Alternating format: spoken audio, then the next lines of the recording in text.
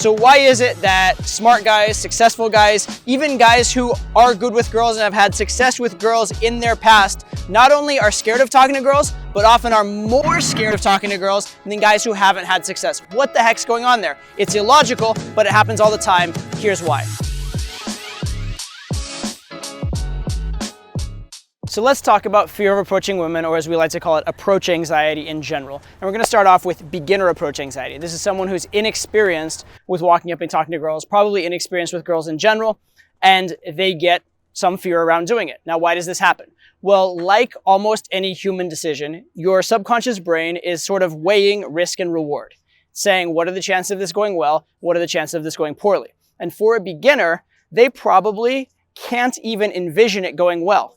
Right? They've never had a success of this kind, especially off of a cold approach. They try and play a scenario out in their mind of it working. They may have even trouble imagining it working. And so for them, it's very easy to see how that risk-reward calculation, where's the reward, right? And so even the slightest risk seems like a lot to them. Now, in reality, there isn't really a risk here, right? There isn't really a risk. It just depends how you define failure. If you define failure as, a hit to your view of yourself, then maybe there's a risk. But if you view failure as actual physical danger, actual consequences in the real world, actually something that will tangibly hurt you, there is none, right? But it does make sense because their thought of reward is so low that even a little bit of risk may hold them back.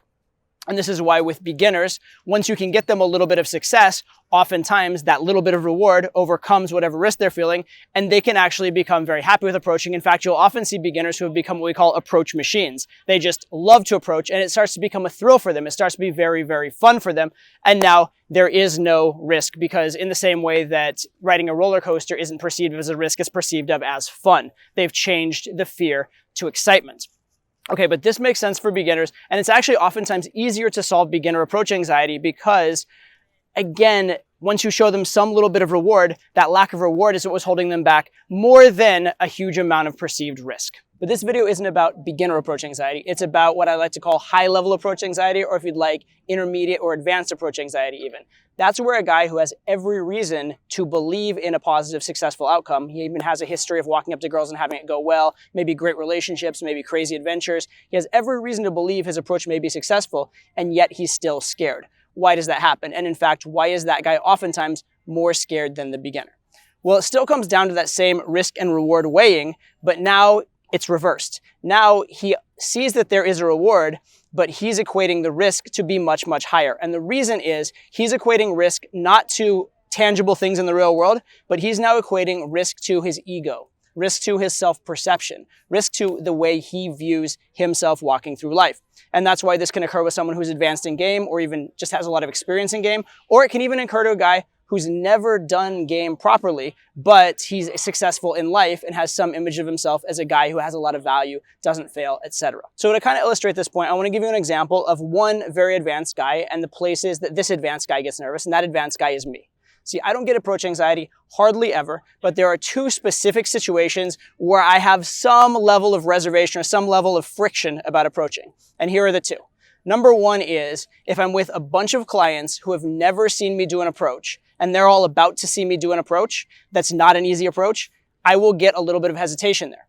And the reason there is because there's a risk of perception, right? All these clients, they've seen me on the internet, they've seen my infield, and they've never seen me live, and they're going to judge their entire opinion of me on this one first approach. Now, that's not entirely true because they're going to be with me for a weekend or a week, and if I have a bad first approach, I have plenty of time to unmake that impression. But in a very real sense, there is a consequence to how I'm being perceived. So in a sense, along with that, there's a consequence to how I perceive myself, right? If I do a bad approach for them, even though I know I've done hundreds or thousands of great approaches before, it feels a little bit fake. It feels like I have some apology to make to them, or like I have to do more good approaches afterwards. So there's a lot of pressure on it, and I'll get a little tiny bit of hesitation about that. Now, I will still do the approach because I know it's the right thing to do, and it almost always goes well and everything's fine. But I do get a little hesitation over that because there is this risk to perception going on there. The second one is even more telling, and this is more applicable to your average person who's not doing game for an audience, right? And that is if I've had a really, really good success. Like, let's say that Friday night, I go home with the hottest girl in the bar and we have an amazing night and I feel incredible. And now in my mind, I'm as good as that last approach. I'm as good as that perfect approach. Let's say even more so, let's say it was my only approach of the night, right? So I feel like I'm on top of the world. I feel like I'm perfect and bulletproof. On Saturday, I don't want to do an approach, right? Because let's say I approach a girl who's less attractive than that girl I took home last night. Even if I succeed, where's the win, right? My self-perception hasn't improved from that. And if I fail or get a rejection or get a flaky phone number, it feels like a come down. And so I'm in a situation where it feels like there's no win and there's a lot of possible losses. The reason why this loss exists, because it's a loss to my self-esteem, it's a loss to my ego. It's not a tangible loss. It's not like my life will be worse by walking up and talking to a girl and getting rejected, because I would have never seen her before and I won't see her then if she rejects me. There's no actual tangible loss, but there's a loss to my self-esteem. What I'm really getting at here is the problem is your ego. The problem is your perception of yourself that you're trying to hang on to, you're trying to hold on to. And you may think this is self-esteem or confidence, but it's actually not. It's actually the opposite. So let's talk for a second about the difference between self-esteem and ego, why self-esteem is tremendous for your game and your life, and ego is probably a huge problem in both. So what is self-esteem? Self-esteem is literally what it sounds like. It is your esteem for yourself, your belief in yourself, your belief that what you're doing is right, your belief that you have value, and on a certain fundamental level, your belief that you could handle your shit even if you didn't have help. Right? That's self-esteem. Your belief in your ability to stand on your own 2 feet, your belief that you're enough, and your belief you don't necessarily need anybody else. So by contrast, what is ego? Ego is a desire to hold some self-image or to project some kind of image onto others, to prove something to somebody else or to prove something to yourself. And you can see how those are opposites. If you truly have self-esteem, you have nothing to prove. Ego is the desire to prove something. The problem is when you are focused on trying to maintain a self-image or maintain some kind of look about something, you're not focused on what's actually more important, which is getting the job done or winning. You're not focused on a result, you're focused on looking good. And that is fundamentally problematic. It doesn't work in game, it doesn't work in life, right? And ironically, it will actually lead to you looking worse. I'll give you a little bit of an ungame related example from my history in sports. When I used to play soccer, I was a pretty good soccer player, but I would tend to play very badly when there were people watching me that I cared about their opinions, because I'd spend all my time thinking, oh, am I playing well? How do I look? How did that last play look? Etc. Instead of just being like, how do I get the ball in that net and keep it out of this net? And ironically, when I was just thinking about that, just thinking about playing soccer, then I would play amazingly and people would be very impressed by me, right? So when I was worried about impressing people, it took me away from actually performing well, and ironically led to me being less impressive. But more importantly, led to my team not winning, which is really fundamentally what you need to be doing when you're playing a sport.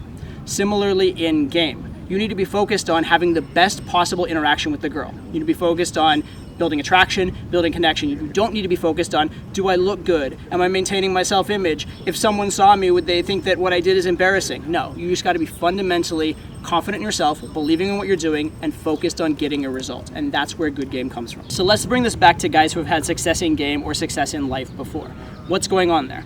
Well, oftentimes they have a self-image or an ego that says, I've had this level of success with girls in the past. If I walk up to this girl and get rejected, that's going to take away from that, right? So they're feeling like they're risking their sense of self, their sense of self-worth, and nobody really wants to do that.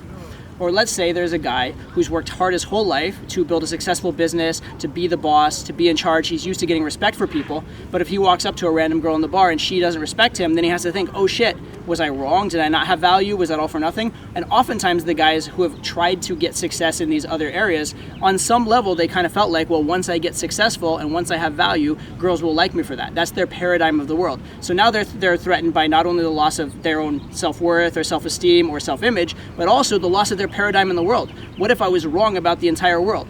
So now instead of walking up to a girl and thinking, well, look, I don't know her right now. If it goes well, I'll know her. If it goes badly, I won't know her, and I'm in the same situation that I was in not approaching, which is the reality. On the other hand, they're thinking, okay, if it goes well, at the very best, I've reaffirmed my sense of self. If it goes even a little bit badly, I now feel like less of a man, less successful, and my entire view of the world is messed up. Oh my goodness. The consequences they have in their head for even the slightest rejection are tremendous. It's no wonder why they're scared to approach. But the fact of the matter is, all of these reasons aren't real reasons. They're a fiction in your own head. They are a belief you are doing to yourself. The truth is very simple. You don't know the girl. If you don't walk over to her, you never will. If you do walk over to her, there's a chance you will, and there's a chance it will go well. And if it goes badly, it will be forgotten by all parties except you if you're going to hang on to it, but it'll be forgotten by everyone except you within 5 minutes. So there really is no risk except the risk in your head. But if you're so attached to your self-image, you're so attached to your ego, that ego can be a powerful, powerful force stopping you from taking productive risks. So if you are the guy who's been held back by this high-level approach anxiety, your ego's been getting in the way, here's a few things I want to tell you as advice that you can take and use. Number one, you have a choice between ego and self-esteem, right? And you know fundamentally which one's better, right? When you protect your ego by not doing what you know is right, you know what you're actually hurting? Your self-esteem. You're hurting your belief in yourself. You're hurting your ability to say, I know I'm right, I know I'm doing right, and your ability to look yourself in the eye and have respect for the person in front of you. And that should be much more valuable to you than your ego, and it's also going to be much more long-lasting and much more powerful. So that's choice number one, ego versus self-esteem. Choice number two you have is, would you rather win or look good? Because if you're going to try and look good, it's not going to work. You're probably going to lose, and you're probably going to look bad. Whereas if you play to win, you have a chance of winning and a chance of actually looking good. It is the more productive choice, both for winning and for looking good. Finally, number three, even if you are deeply fundamentally concerned with how you look, nobody is thinking how cool you look sitting over there in the corner not talking to anybody. If anything, they think that is lame. And remember this, nobody is going to look back on your life and remember and respect all the times you didn't get rejected. What they are going to remember and respect, and what you're going to actually enjoy, is your amazing, beautiful wife, your amazing, beautiful girlfriend, the amazing, incredible sex and relationships you have throughout your life. They will remember your wins. No one will remember those instantaneous, trivial, gone in a second losses. But the wins last.